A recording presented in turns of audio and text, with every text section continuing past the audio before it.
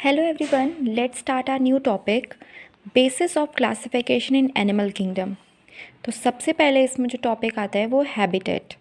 Habitat जो है वो दो तरीके की हो सकती है, एक या तो एक्वेटिक या फिर टेरेस्ट्रियल। जो एक्वेटिक है उसमें आता है फ्रेश वाटर और मरीन वाटर। फ्रेश वाटर के अंडर आएगा रिवर्स, क्योंकि फ्रेश वाटर में रिवर्स को इसलिए रखा गया है क्योंकि उनका जो वाटर होता है वो ऑलवेज फ्लोइंग होता है। इसके बाद आ जाते हैं मरीन वाटर जो कि ओशियंस में होता है। टेरेस्ट्रियल टेरेस्ट्रियल में हमने तीन पार्ट्स में बांट दिया है, कर्सोरियल, फ्यूजोरियल, स्कैंजोरियल। कर्सोरियल कौन से होते हैं? जो कि बहुत तेज़ भागते हैं, जैसे कि इसके लिए हम लोग एग्जाम्पल में गिलहरी रख सकते हैं। फ्यूजोरियल जो कि बरो डिगर्स होते हैं, यानी अपना बिल बनाकर रहते हैं। स्कैंजोरियल क्रीपिंग एनिमल्स, यानी कि जो रेंग के चलते हैं। यहाँ पे हमने एक्वेटिक एनिमल्स को तीन पार्ट्स में बांटा है। सबसे पहले जो पानी की सतह पे रहते हैं यानी सरफेस पे रहते हैं उन्हें हम बोलते हैं न्यूस्टॉन्स। क्या बोलते हैं? न्यूस्टॉन्स। एग्जाम्पल है इसका कैटला। दूसरे जो आते हैं वो है कॉलम, यानी सरफेस और बेंथिक के बीच में रहने वाले, पानी के बीच में रहने वाले, जिसे हम बोलते हैं नेक्टॉन्स, जिसका एग्जाम्पल है रोहू फिश। इसके बाद आ जाते हैं बेंथिक। बेंथिक कौन होते हैं? जो सबसे नीचे की सतह पे रहते हैं, उन्हें हम बोलते हैं बेंथोस, और इसके एग्जाम्पल में लिखा हुआ है मृगल फिश। नाउ ये तो हो गई हैबिट की बात। अब हम आ जाते हैं हैबिटेट पे कि वो कैसे रहना पसंद करते हैं।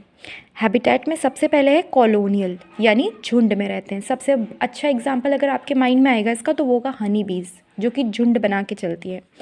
सॉलिटरीली यानी सोलो लिविंग, यानी एस से सोलो, एस से सॉलिटरी, जो अकेले रहना चाहते हैं। ग्रिगेरियस, ग्रिगेरियस के लिए आप हमेशा एक लाइन याद रखिएगा कि ये झुंड में आएंगे और तबाही फैलाएंगे। इसके लिए एग्जाम्पल है लोकस्ट।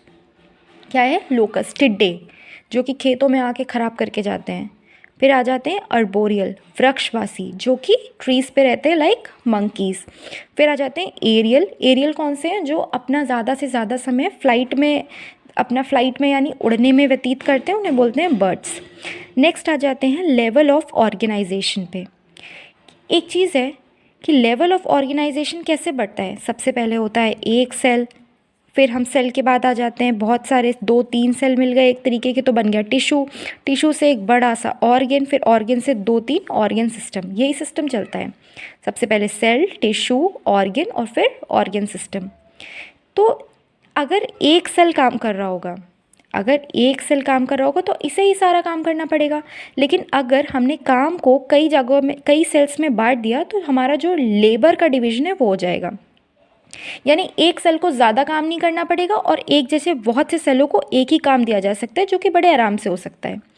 सेलुलर लेवल होता है पॉरीफेरा में, टिश्यू लेवल होता है सीलेंट्रेट्स में, और टीनोफोरा में। ऑर्गन लेवल मिलता है हमें प्लेटीहेलमिन्थस में, और ऑर्गन सिस्टम लेवल मिलता है हमें एस्केलेमिन्थस से लेकर कॉर्डेट्स तक। तो नेक्स्ट टॉपिक जो है वो है fourth topic, that is symmetry. Symmetry मैंने आपको बताया हुआ है तीन तरीके की होती है, एसिमेट्रिकल, रेडियल और बाइलेटरल। ए से याद रखिएगा, एसिमेट्रिकल में एब्सेंस। एसिमेट्रिकल का मतलब है एब्सेंस ऑफ सिमेट्री, मतलब इसमें सिमेट्री नहीं होगी। फिर आ जाते हैं रेडियल सिमेट्री।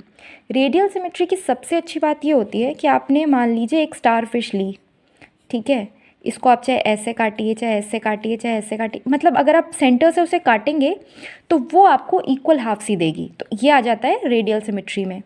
फिर आ जाते हैं बाइलेटरल सिमेट्री।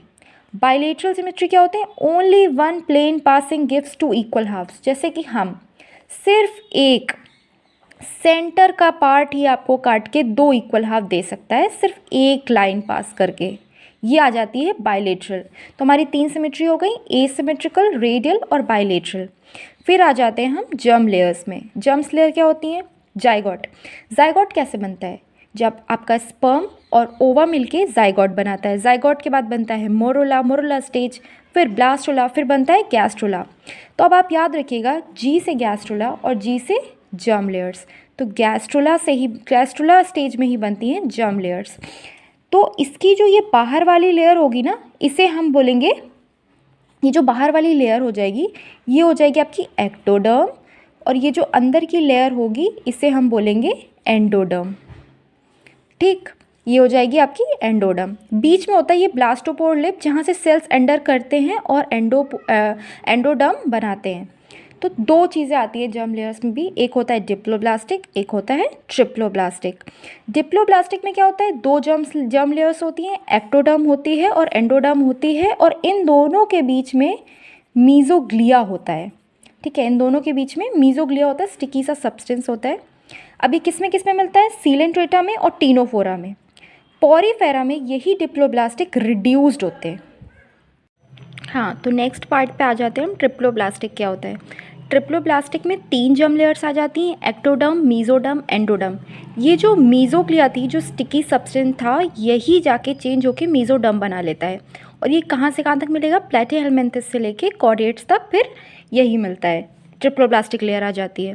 नेक्स्ट आ जाते हैं हम बॉडी प्लान। बॉडी प्लान ये बताता है कि जो पर्टिकुलर एक ऑर्गेनिज्म है उसके अंदर बॉडी प्लान कैसा है।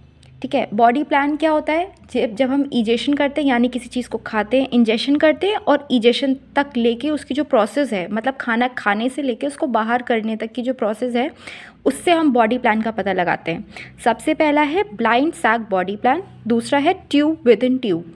ब्लाइंड सैक बॉडी प्लान और tube within tube body plan में सिर्फ एक डिफरेंस होता है कि जो ब्लाइंड सैक बॉडी प्लान होता है उसमें एक सिंगल ओपनिंग होती है, इजेशन के लिए भी और इंजेशन के लिए भी, यानी एक ही ओपनिंग होगी खाना खाने के लिए भी और एक्सक्रीट आउट करने के लिए भी।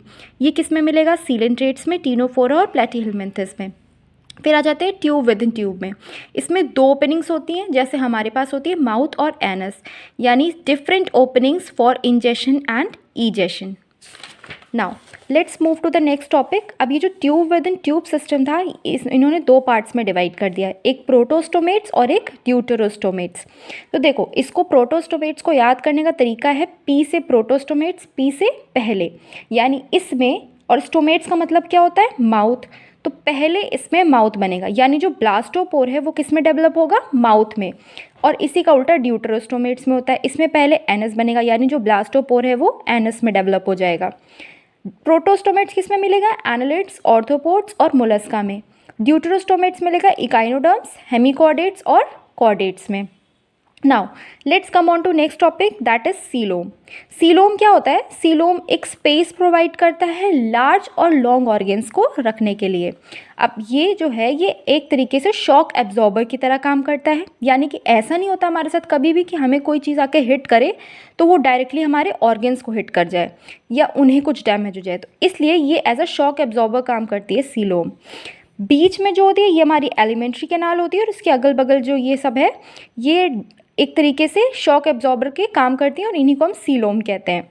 ठीक है, सबसे पहला आ जाता है एसीलोमेट, स्यूडोसीलोमेट एंड द थर्ड इज यूसीलोमेट। सबसे पहले हम पढ़ेंगे एसीलोमेट के बारे में। एसीलोमेट्स क्या होते हैं, absence of coelomate. A for acoelomate, A for absence of coelomate. इसमें क्या होता है, बाहर एक्टोडर्म होती है, बीच में मीजोडर्म होती है, फिर यहाँ पे क्या हो जाती है, एंडोडर्म हो जाती है।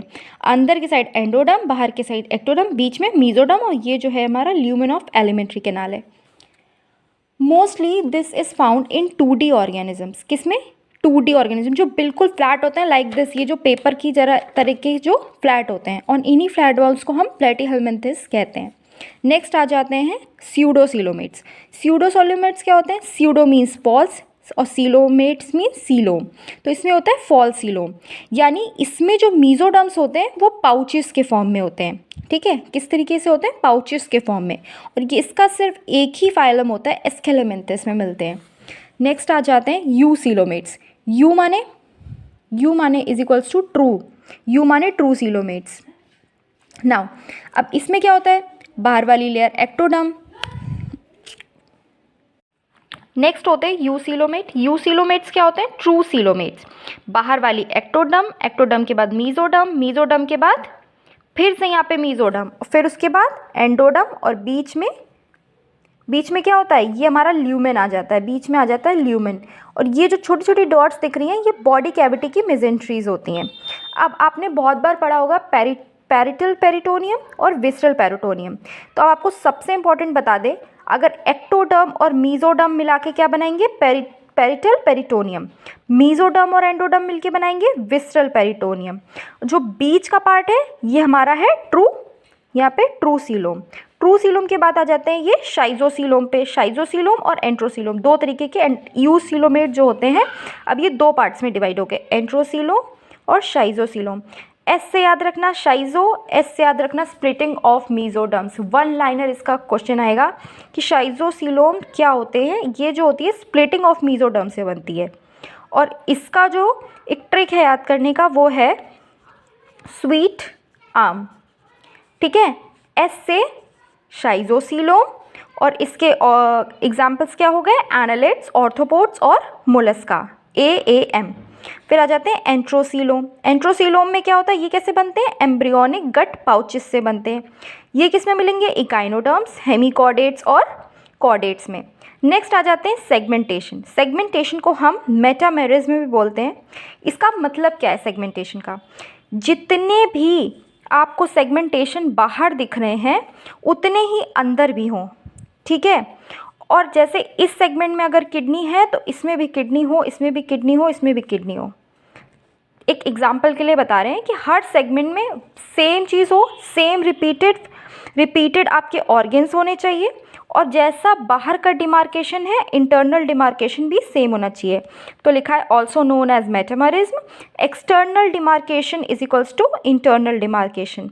Organ should be repeated in order, मतलब सेम ऑर्गन्स हर डिमार्केशन में होने चाहिए।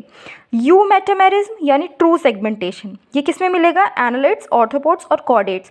यानी जो डिमार्केशन बाहर है वही डिमार्केशन अंदर है, इसलिए इसे बोलते हैं ट्रू सेगमेंटेशन। फिर आ जाते हैं स्यूडो मेटामेरिज्म, जिसे हम बोलते हैं फॉल्स सेगमेंटेशन। हमेशा याद रखना स्यूडो का मतलब फॉल्स। तो फॉल्स सेगमेंटेशन किस में मिलेगा, टीन या सोलियम में। यानी उसमें बाहर तो आपको देखने को मिलता है डिमार्केशन, लेकिन अंदर के साइड पे डिमार्केशन की वजह से अंदर कोई डिफरेंस नहीं आता, अंदर से बिल्कुल सेम होते हैं। ठीक है, खाली बाहर ये सेगमेंट्स दिखाई देते हैं, अंदर कुछ भी डिफरेंस नहीं होता है, कोई भी ऑर्गन्स रिपीट नहीं होते हैं। और इन्हें हम क्या बोलते हैं, फॉल्स सेगमेंटेशंस को प्रोग्लॉटिड्स कहते हैं। और इसके एग्जांपल है टीन या सोलियम, जिसे हम टेप वर्म भी कहते हैं। तो थैंक यू सो मच। अगर आपकी कोई भी क्वेरीज हो या मुझसे कुछ मिस्टेक हुई हो तो आप प्लीज़ कमेंट सेक्शन में मुझे बताइएगा। So thank you so much, this much is for today. आगे हम लोग स्टार्ट करेंगे कॉर्डेट्स।